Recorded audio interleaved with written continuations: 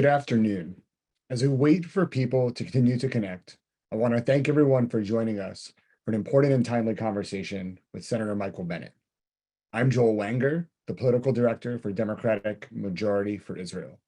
On behalf of our entire staff, our president, Mark Melman, and board co-chairs, Todd Richmond and Ann Lewis, welcome. In just a minute, I'm going to turn it over to our president and CEO, Mark Melman, for some brief greeting words. Before I do that, I wanted to go over a few items. This event is closed press and off the record. If you like what you're hearing today, please check us out on social media. We're on Twitter, Facebook, and Instagram. You can also sign up for our news and updates on our website, dmfi.org. If you want to ask a question during today's event, please submit it through the Q&A feature on your Zoom interface. Now I'm very pleased to turn it over to our president and CEO, Mark Melman. Thank you so much, Joel. Unfortunately, the nation's business, I shouldn't say unfortunately, fortunately, the nation's business continues, and a vote was just scheduled in the United States Senate. Senator Bennet is casting his vote. It was just scheduled for noon, so we'll be expecting him any minute now, but it may be a minute or two before he's able to join us because of the vote schedule in the United States Senate. For those of you who are just joining us for the first time, DMFI exists to advance the interests of the Democratic Party, and one of those interests is important interests is in making sure this U.S.-Israel relationship remains strong. There's no question that there are tensions in that relationship today. We all know what's going on, but in Israel, both domestically and as they deal with security challenges as well. But it is a mutually beneficial relationship, important to both countries, and it's important that that relationship continue to be strong. Just to give you a moment or two of insight from what's going on in Israel, obviously we're reading a lot about judicial reform and the problems associated with that, some of the other domestic issues. We're also seeing rising tensions between Israel and the Palestinians. We have seen some unfortunate and errant criticism of the Biden administration for not being deeply involved in that issue. The fact is that that criticism is unfair.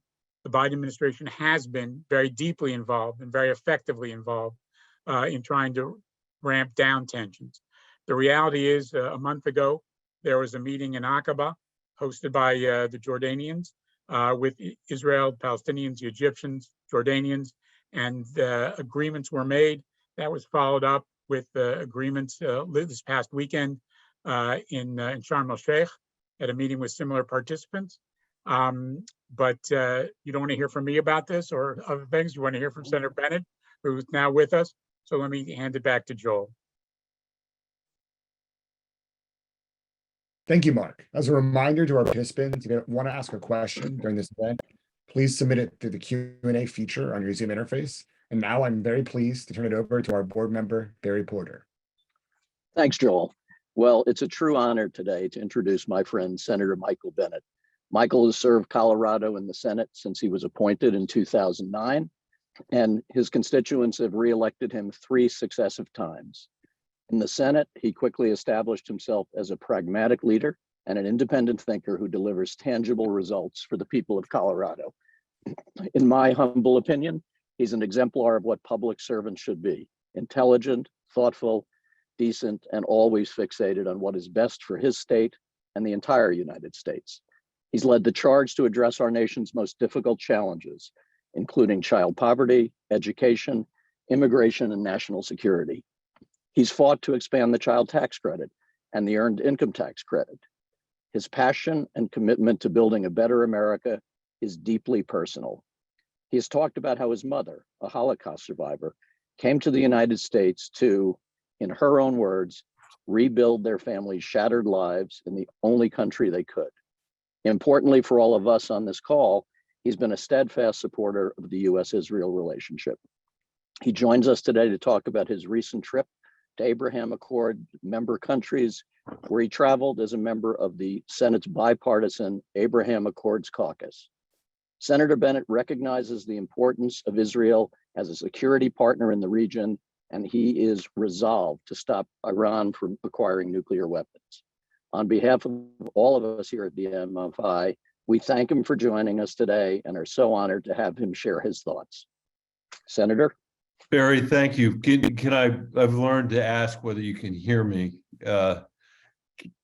We can. hear you just fine. You're a loud and clear. And long lesson out of COVID. I'm sorry. I'm also sorry that Mark stopped talking because I actually wanted to hear what he had to say. But it's nice to see you, Barry. Thank you for having me and for suggesting that we all get together. And I'd like to thank the Democratic majority for Israel for organizing this event today. It's a good excuse for us all to be together. But I do want to say how much I appreciate your work and your commitment to these issues of mutual concern. And I want to thank everybody else for taking time out to be here today. You know, I want to first acknowledge at the outset that there have been some significant developments in Israel and across the region since my trip. I'll talk more about this, but I do think it's important to recognize that there is a lot of tension and anxiety on the ground right now, especially now that we're on the eve of Ramadan and Passover. And I was in a meeting yesterday as a member of the Intelligence Committee where the general consensus was there's a lot of concern about what might happen in the coming weeks and a lot of hope that we could somehow find a way to get through it peacefully. And we can talk more about that if people are interested. But in January, I was lucky enough to join a historic trip with a bipartisan Senate delegation to visit Morocco, Bahrain, the United Arab Emirates, and Israel, all countries, as Barry said, that are part of the Abraham Accords. Senator Jackie Rosen from Nevada and Senator James Lankford from Oklahoma led the Codel. We had Senator Mark Kelly, who literally had been in the Senate. I'm not even sure I suppose he'd been sworn in, but that was about it. From North Carolina, Kirsten Gillibrand, obviously from New York. I'm sorry, not Mark. Mark was obviously there from Arizona, but Ted Budd, who had just been sworn in from North Carolina, and Dan Sullivan from Alaska. It really was a great group. And it was the first trip of its kind of the Senate Abraham Accords caucus. This was an opportunity for us to see directly how the Abraham Accords have led to progress in the region and what else can be done to support those efforts. Just to give you a sense of the trip, the travel spanned 10 days. We met 15 foreign government leaders. Only in one country did we not meet the person who was at the top of the totem pole. We held meetings with civil society and business leaders and NGOs. We visited 3 houses of worship, including the Abrahamic Family House in Abu Dhabi, which isn't even open yet, which is going to be home to a synagogue, a church, and a mosque all in one location. We received briefings at 2 of our military bases and met with our troops stationed in the region, including troops, I'm proud to say, from Colorado. And then we had a very moving visit to Yad Vashem. And I would say overall, our engagements with both American and foreign leaders made very clear to me and to the caucus that was there that the Abraham Accords have really improved normalization, cooperation, and integration between Israel and many of its Arab and Muslim neighbors across the Middle East and Africa. It was really impressive to see firsthand the progress that's been made since the accords were signed. Some of the most progress I've seen in the Middle East during the 14 years that I've been in the Senate. Just some examples of that include the UAE and Israel signing an agreement back in May that is going to boost trade and investment between the countries to $10 billion in 5 years. I bet that number is going to be low. Increased travel and tourism with direct flights between Israel and the UAE and Israel and Morocco, stronger maritime security coordination among the US and Bahrain and Israel, and a UAE brokered deal to have Jordan provide solar energy to Israel with Emirati financing in exchange for Israel channeling desalinated water to Jordan. It's that kind of, tripartite deal that gives me hope that there's going to be more like that in the future. I'll talk a little bit more about this later, but just to give you a sense of that, when we were in Ramallah meeting with the Prime Minister of the Palestinian Authority, he made suggestions about how the Palestinians might be able to participate in this transaction to bring energy and clean water to the West Bank. In Israel, we met with Prime Minister Netanyahu. This was the 4th meeting that I've had with him, and the longest. It lasted for 2 hours.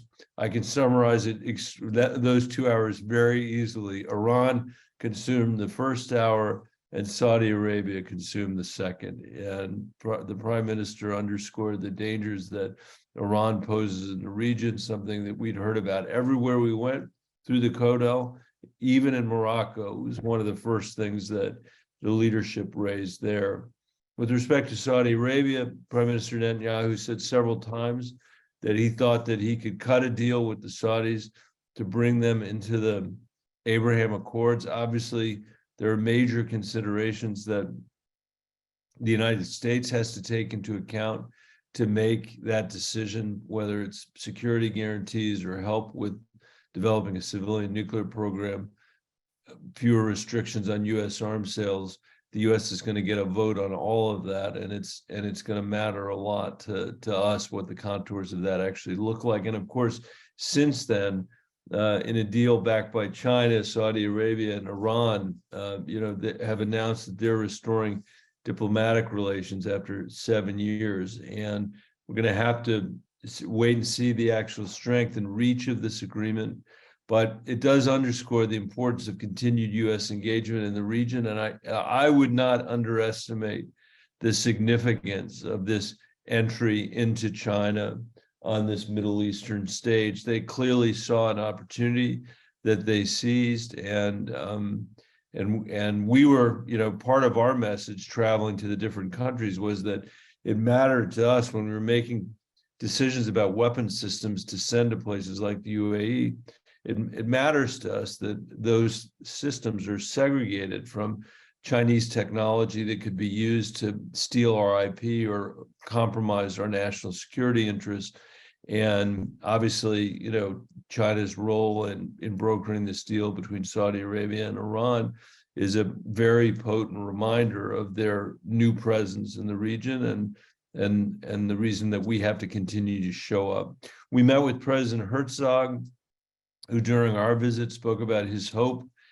This was very early days. He hoped that there would be a judicial reform compromise that could preserve the tenets of Israeli democracy. Obviously, since that time, he's put himself in the middle of this negotiation that's going on between the coalition and between Netanyahu's government and the opposition and the Israeli people, and something that I care a lot about because I want to make sure we do preserve these democratic institutions, whether they're here or whether they're there. We met with opposition leader Lapid, Knesset Speaker Ohana, Defense Minister Gallant, Foreign Minister Cohen, and members of Israel's Abraham Accords caucus, which I think was set up just to meet with us, but it means that it's there and in place, and I think it will be there forever now. Every single Israeli leader emphasized that the Accords have strengthened regional security, every single one,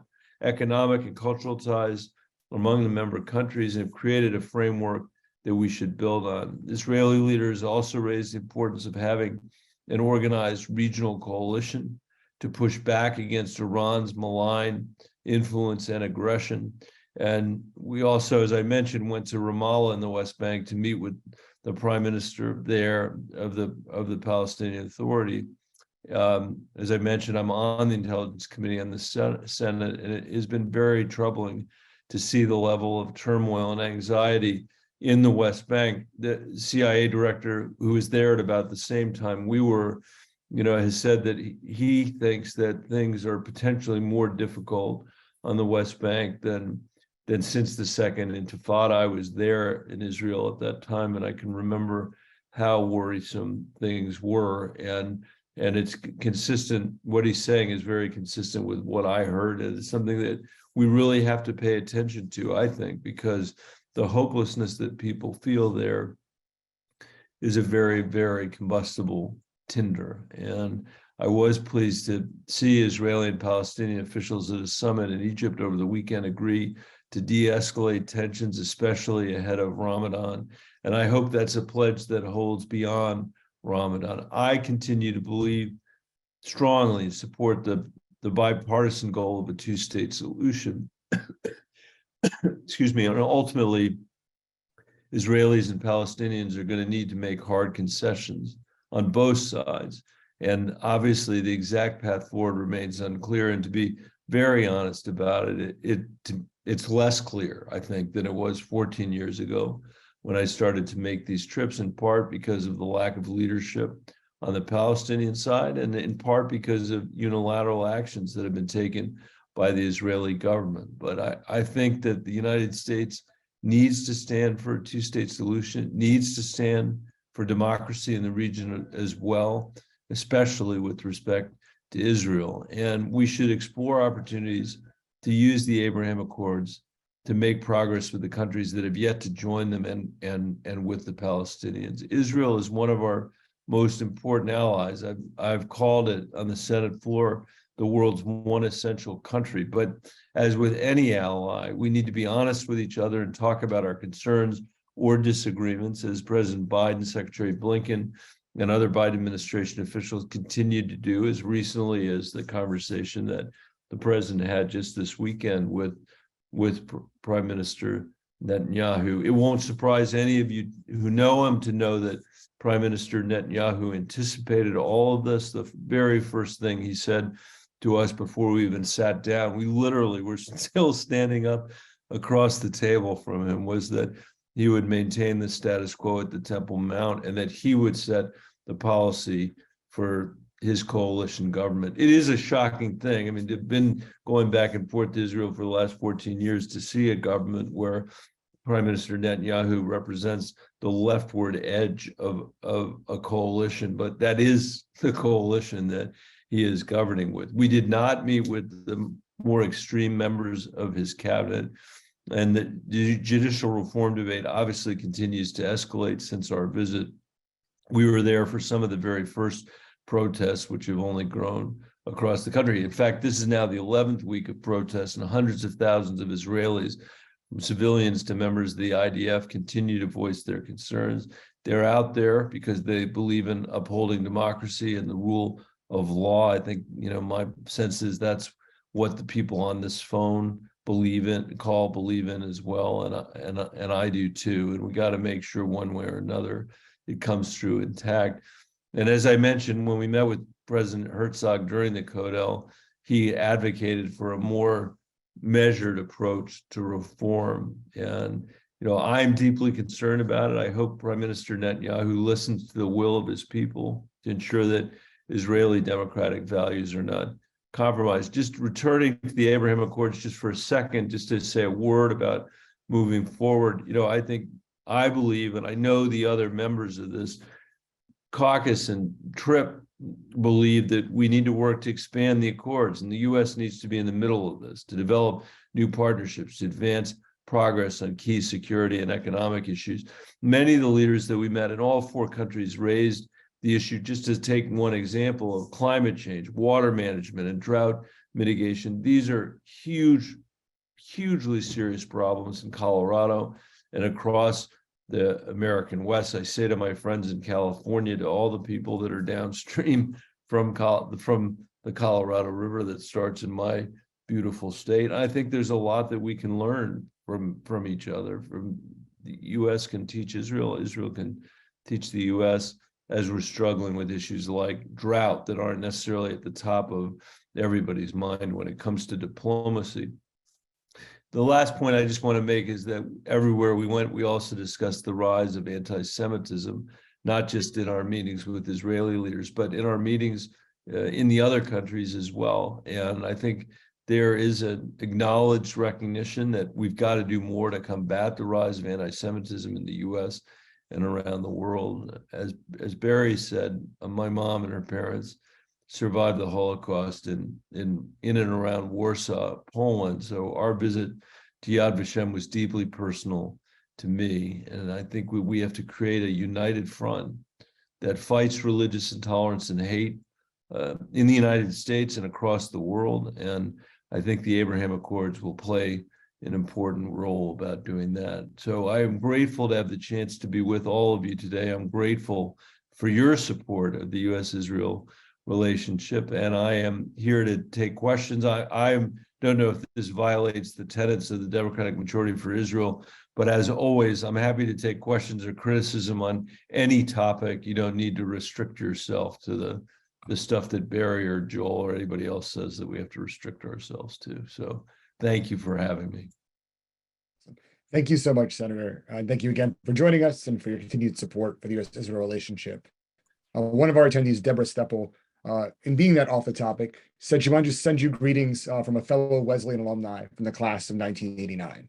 So she wanted me to share that. Thank you, Deborah. I appreciate that very much. Actually, it's hilarious. Just this morning, totally randomly, I saw a photograph of myself sitting in Clarence Walker's class when I was a freshman at Wesleyan. It was a great reminder. Awesome. Well, you really gave us a really helpful overview of your trip, but I wanted to give you the opportunity to discuss, what was your most memorable moment from your experience traveling in the Middle East recently? I think that it was, I'd say a couple of things. I'd say the first stop was Morocco, where, obviously the Jewish population in Morocco used to be enormous, and now it's tiny, although there are people, working very hard there to preserve the memory of the Jewish population there. And the government has adopted, to its credit, a number of policies. The king has adopted a number of policies to teach anti-Semitism, or teach people of the dangers of anti-Semitism, the important role that Jews have played there.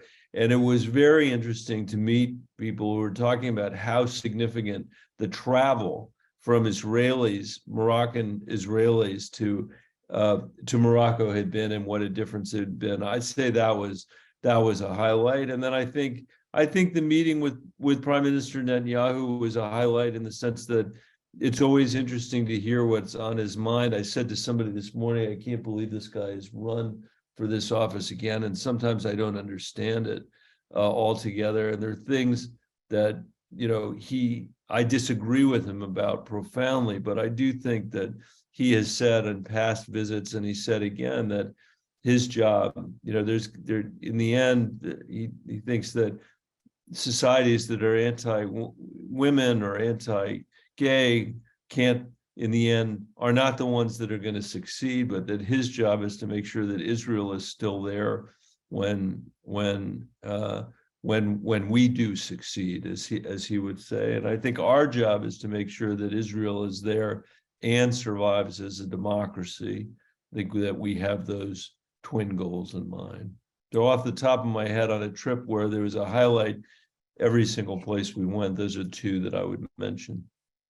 Definitely. You mentioned the influx of Moroccan Israelis traveling there. And, since the Accords, we've seen a flood of Israeli tourists going to the UAE and Morocco, but very few Emiratis and Moroccans really traveling to Israel. I wanted to see if you had any thoughts on why that is. Yeah, we actually, you're right, the UAE has seen a flood of Israeli travelers, and we talked about that a little bit in the time that we were in the UAE, and we talked about it in Israel as well.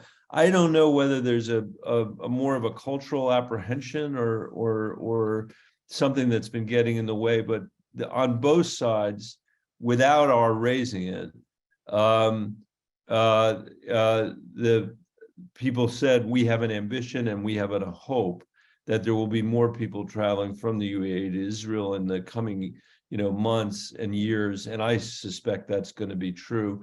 I think that when you look at the economic relationships that the Abraham Accords are spawning, there's no place where those are stronger or wider, bigger than they are with the UAE. And I think just by its nature, that's going to end up meaning that there are going to be a lot more people traveling. I hope that Israel makes a real effort to try to get young people from the UAE and these other countries to come as well. And that was a point that we made when we were visiting with the Speaker of the Knesset too.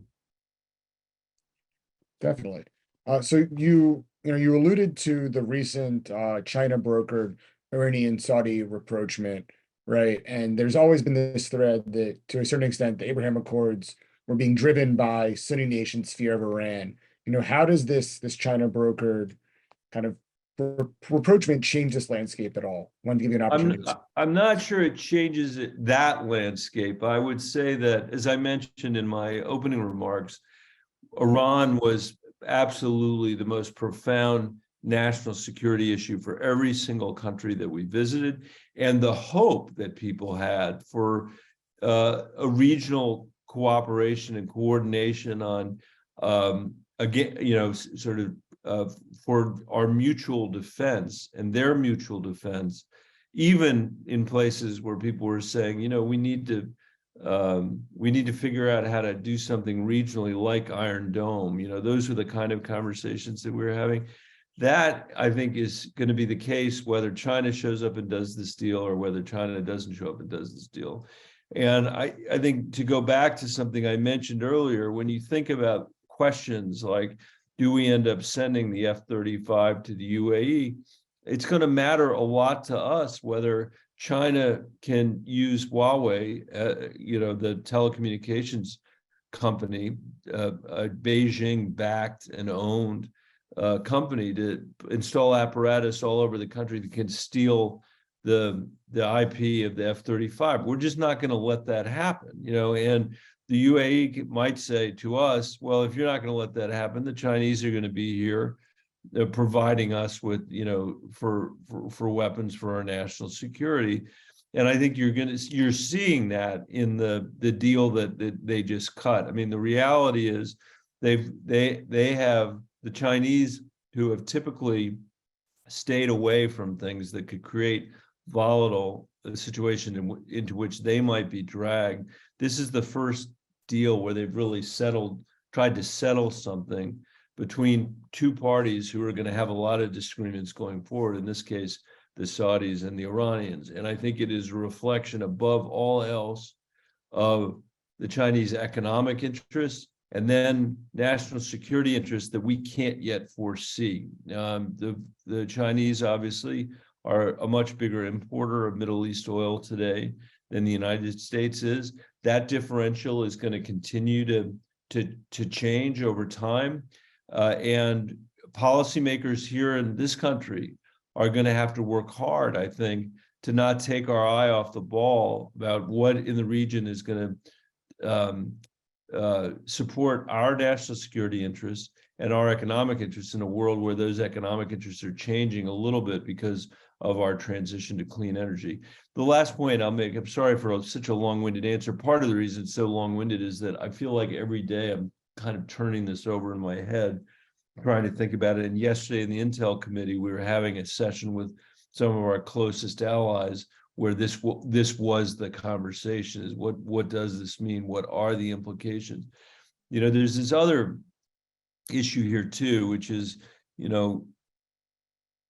China and Iran and Saudi Arabia share some attributes that are different than ours. They are each a totalitarian state, and they are not committed to the same values of human rights that we are and that Israel is. And I think that makes it in some ways easier for them to ignore, issues like the murder of a journalist, when those are things that the United States can and should pay attention to. And I don't see that as a reason for us to feel disadvantaged in the region, but I do think that we need to understand that our approach to these, for good reason, in my opinion, our approach to these kind of transactions is always going to be somewhat different than others will be. Definitely. And we appreciate your kind of well thought out and very detailed answer there. That was really helpful. I want to go to a question not on the Abraham Accords from one of our attendees, Michael L. He says, thank you, Senator. Off this specific topic, but very related to those of us present as Democratic Zionists, how do we process and respond to the Gallup poll that has recently been released, indicating that for the first time, a majority of Democrats now show greater sympathy for the Palestinians than the Israelis? I think that we, first of all, have to respond by making sure that people understand the history that that we are beginning to lose. I mean, I was in my mother's hospital bed, or not in her hospital bed, in her hospital room last night. She's recovering from surgery. And, she said to me when we were at dinner the other day before she had surgery, she said, I can't believe I've lived long enough to see another land war break out in Europe. Later, I want to come back to that, but she said that, and I know she's going to outlive me because of how tough she is, and partly because of what she's been through. But I think it's important as that generation continues to move on. We've got to make sure that we are educating the next generation of Americans and of people around the world about the history of the Holocaust, the history of anti-Semitism, and the present anti-Semitism. And as I said earlier, the sort of essential nature of Israel, not just to Jews, but to humanity. I think that's one important part. And then I also think, candidly, that we need to see constructive engagement from the American government with respect to the Palestinians. We've got to see constructive engagement with the Israeli government. The work, that I think Benjamin Netanyahu is sort of leaning into at the moment is not going to do much to improve the poll numbers that you're talking about. And I think we should look, I understand that my domestic politics are not the same as Bibi Netanyahu's.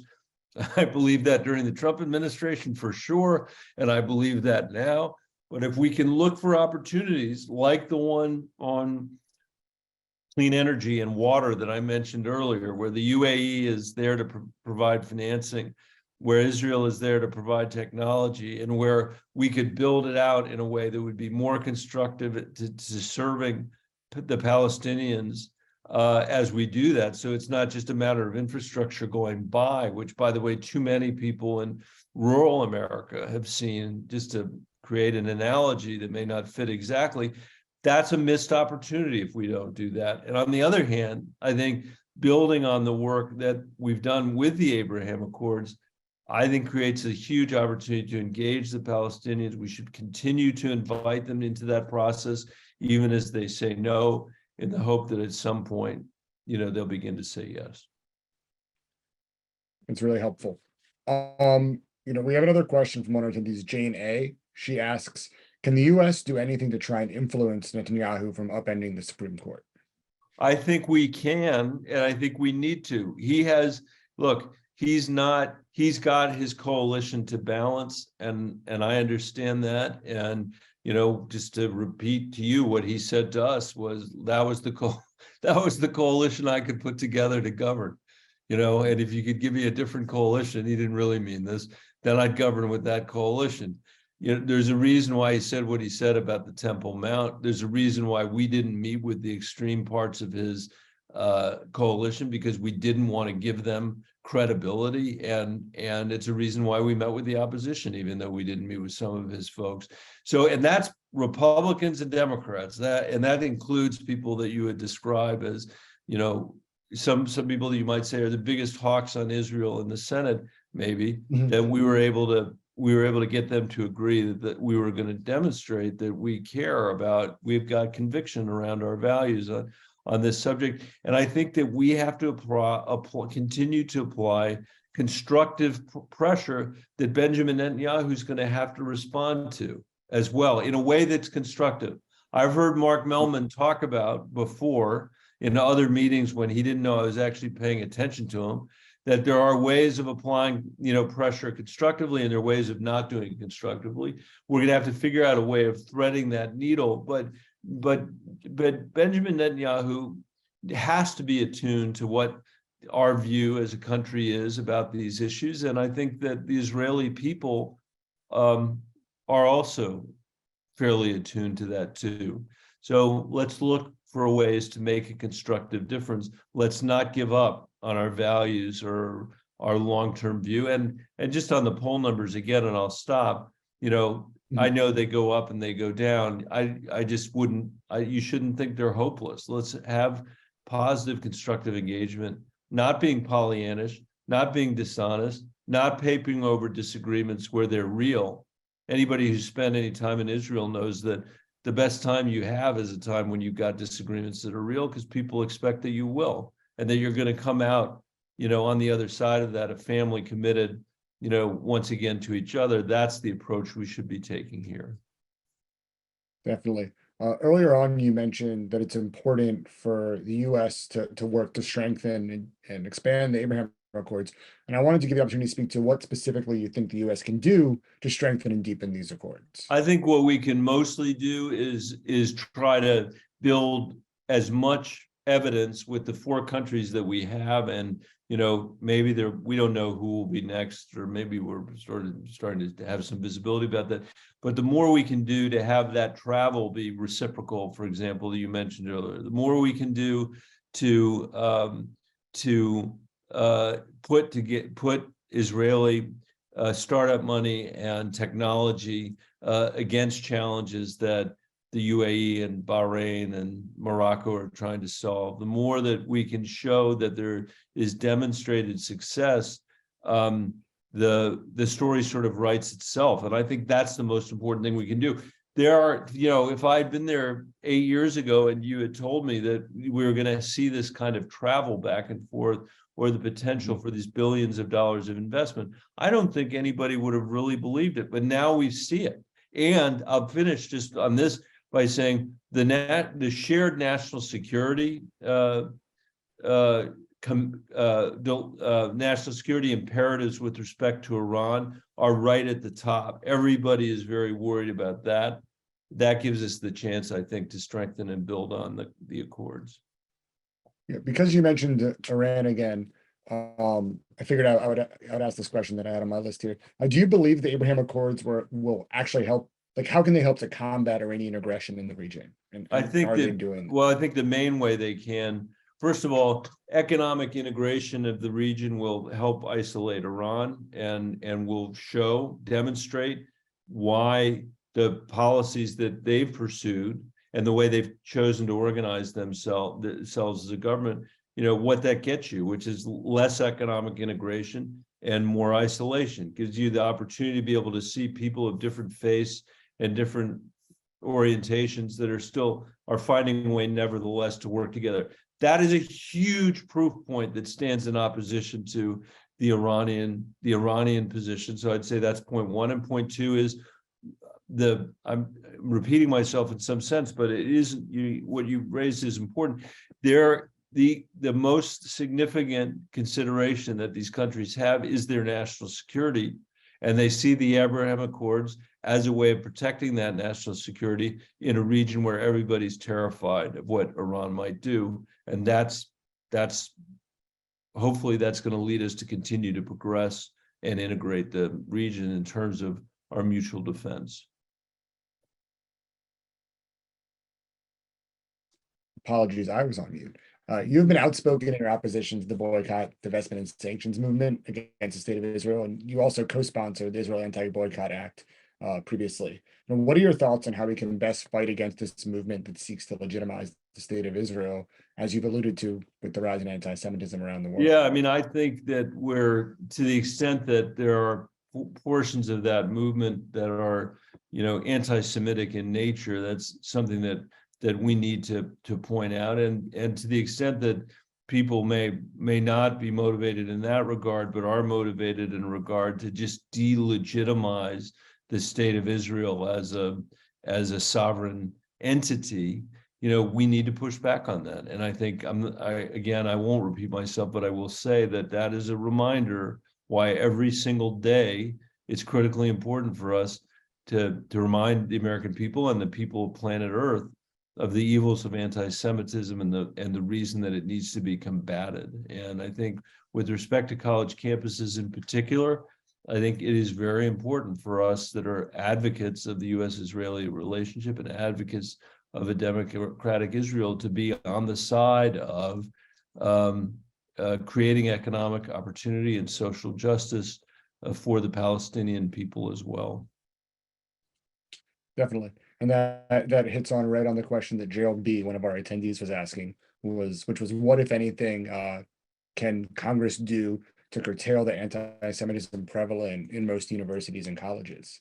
I really think that it's going to be a hard thing for Congress to legislate. I mean, we've got bills that we've worked on to define anti-Semitism at the Department of Education and other kinds of things. But I was a former school superintendent, so I've seen, these kinds of things on the receiving end. And I think this is an issue of hearts and minds. And I think most people, when confronted with an accurate picture of what the history looks like, are going to be able to overcome voices that are making the kind of claims that the BDS movement and others are making on college campuses. But it's not going to happen by itself. And I know I have friends that Amy Friedman, who's my state director and who was on the trip to Israel with me and who's lived in Israel before she was working with me. I mean, we've had calls in the faith community, the Jewish community in Colorado, where rabbis have said, this is a moment in American history when we feel less certain sending our own kids to college than we did when we went to college, because we're worried about what's going to happen to them because of their religion or because of what they believe about Israel. And nobody going to college in America should feel that way. I mention that only to say how serious this is. And it's not something, I wish I could give you a politician soundbite on it. You can tell from today's conversation, I'm terrible at soundbites anyway. But on that issue, I think particularly that it requires all of us to make sure that we're teaching the history and reminding people what's not acceptable. Well, thank you so much, Senator, for all the time you've given us today. We really, really appreciate it. And we really appreciate you filling us in on your trip and your thoughts on some of these challenging issues like combating anti-Semitism on campus. And I want to turn it over. I want to give you the opportunity to say close words if you'd like, but I want to turn it over to our board co-chair, Ann Lewis. But I'll turn it back to you thanks, first. Joel. Before Ann takes it away from me, first of all, I want to say thank you to her. It's wonderful to see her for all of her leadership over the years. And including with this organization, I do want to leave you with one last thought, which is, there have been moments, it may surprise you to know that there have been moments over the last 14 years when I've been desperate about the future of our country, when I've been desperate about the future of democracy generally across the world. And I have to say, this is not one of those moments. I am really gratified by what happened in the last election in the United States, where I think the American people rejected chaos, they rejected tyranny. And I think that's really, really important. But much more important than that, to see, Putin make the kind of mistakes that he has made, because he sits on top of a totalitarian system that is not delivering the right information to him about the quality of his army or the way that the world will respond. And to see people living in free countries all over this world respond, inspired by the bravery and the courage of the Ukrainian people to rise up and to say to their elected officials, not just in this country, but all over Europe and all over the world, do more, do more, do more. And while she is there today in Moscow, in the club of tyrants and authoritarians, that we have strong democracies all over this world that aren't perfect, but that have helped ride to the rescue and support the Ukrainian people. I think that is a reflection that as challenged and as worried as we might be from time to time, and as we should be about the state of democracy, there are moments when we should be inspired by it. And I think this is one of those moments too. And I think as we go forward with the U.S.-Israel relationship, we got to make sure that we're standing for democracy as well. And I think in the end, that may not be the easiest path. In fact, I know it's the hardest path, but it's going to be the path that's worth walking. And I want you to know that I will do everything I can to support you in your efforts. So thanks for having me. Thank you so much. I know you have to run to your next meeting, so we understand if you have to drop off as we wrap up, but I'm going to turn it over to Ann Lewis now. Wow. Thank you, Senator Bennet. Thank you for everything you said and everything you've done. Thank you for taking time out of your schedule. And we certainly got a taste of that today with that last minute vote. But for joining us for this discussion, I'm inspired. I think everybody who heard you was inspired, not just by those last words, but by your commitment, as we heard, to strengthening and expanding the Abraham Accords, to reinforcing and strengthening the U.S.-Israel relationship. All of us, speaking again for all of us at DMFI and everybody who's on this call, we so appreciate that you could be with us today. You know, for the last 4, thank you again. Thank you, everybody. I've got a district court judge from Colorado on the floor, so I got to make sure they're not messing around with them. Senator, nothing more important. Thank than you, Ann. those Thanks, district everybody. court Thanks, judges. Barry. They are going to be a real, again, legacy of this administration. So we're glad you're going on. But for the rest of us, take just a minute to talk about DMFI. You know, for the last 4 years at DMFI, we have demonstrated that continuing to support the U.S.-Israel alliance rooted in shared values and America's national interest is both good policy and wise political strategy, even in challenging times. In just 4 years, DMFI has supercharged pro-Israel politics. We have brought voice, strength, advocacy, and action to advance the U.S.-Israel relationship. In states like California, North Carolina, where anti-Israel amendments threaten to divide Democrats at party conventions, across the country, wherever extreme activists proposed anti-Zionist resolutions, DMFI has been able to rally supporters, educate officials, engage local leaders. Just as in early voting states, we organized supporters to ensure that candidates could hear from pro-Israel Democrats, whether at town halls, forums, or social media. And I do understand that that cycle of early voting states just may be beginning again. No, we could not do any of this without you. Your support for DMFI helps keep the Democratic Party pro-Israel and strengthens the U.S.-Israel relationship. We are deeply grateful. So to make sure you're still in touch with us, please sign in at dmfi.org, follow us on social media, and that address is DemMaj for Israel, DENMAG, MAJ, 4 at Israel. Dem Majority for Israel. If you'd like to donate today to help support our vital work and more events like this, please click the link in the chat or come to our website. And thank you again so much for joining us.